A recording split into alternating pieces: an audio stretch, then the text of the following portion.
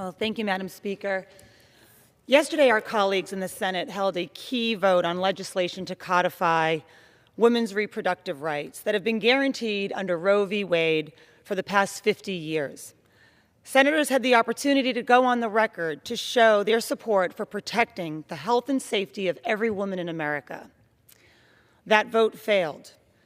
51 senators voted against the Women's Health Protection Act, joining the 211 House members who, in the wake of the Supreme Court's draft opinion overturning Roe, support rolling back women's rights. Madam Speaker, as a woman, I'm horrified by what's taken place in the past week. As a mom, I'm terrified for what the future holds for my 2 young girls.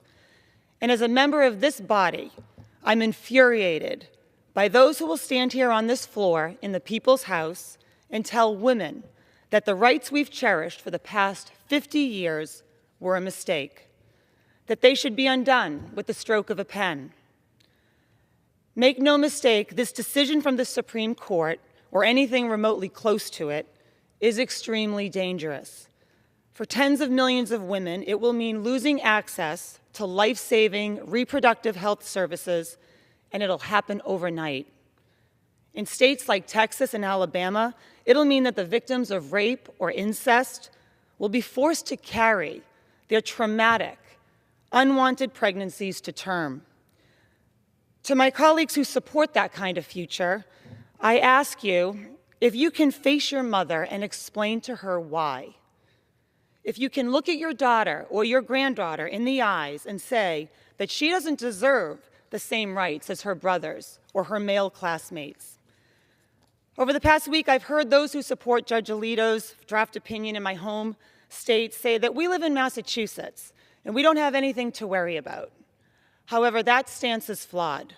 Yes, women in Massachusetts and other states that have done the right thing by codifying Roe will be safe. But for how long?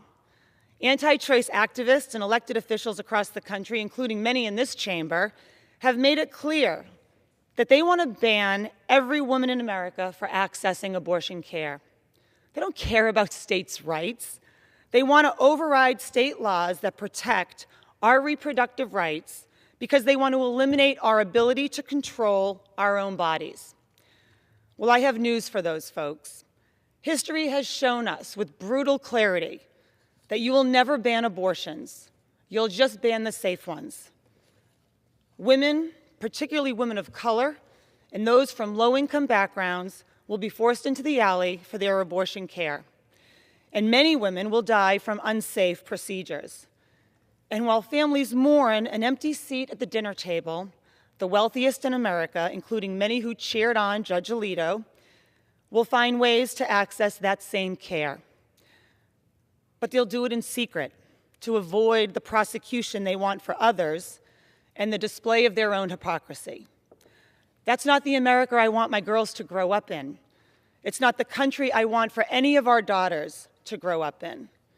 So I urge my colleagues on the other side of the aisle to stop thinking about the political ramifications of supporting women and to start thinking about what could happen to the women in your own life if you succeed. There's still time to do the right thing. So join us, or at the very least, get out of our way. Our daughters are depending on us. Thank you, Madam Speaker. I yield back. The gentlewoman yields back. The chair recognizes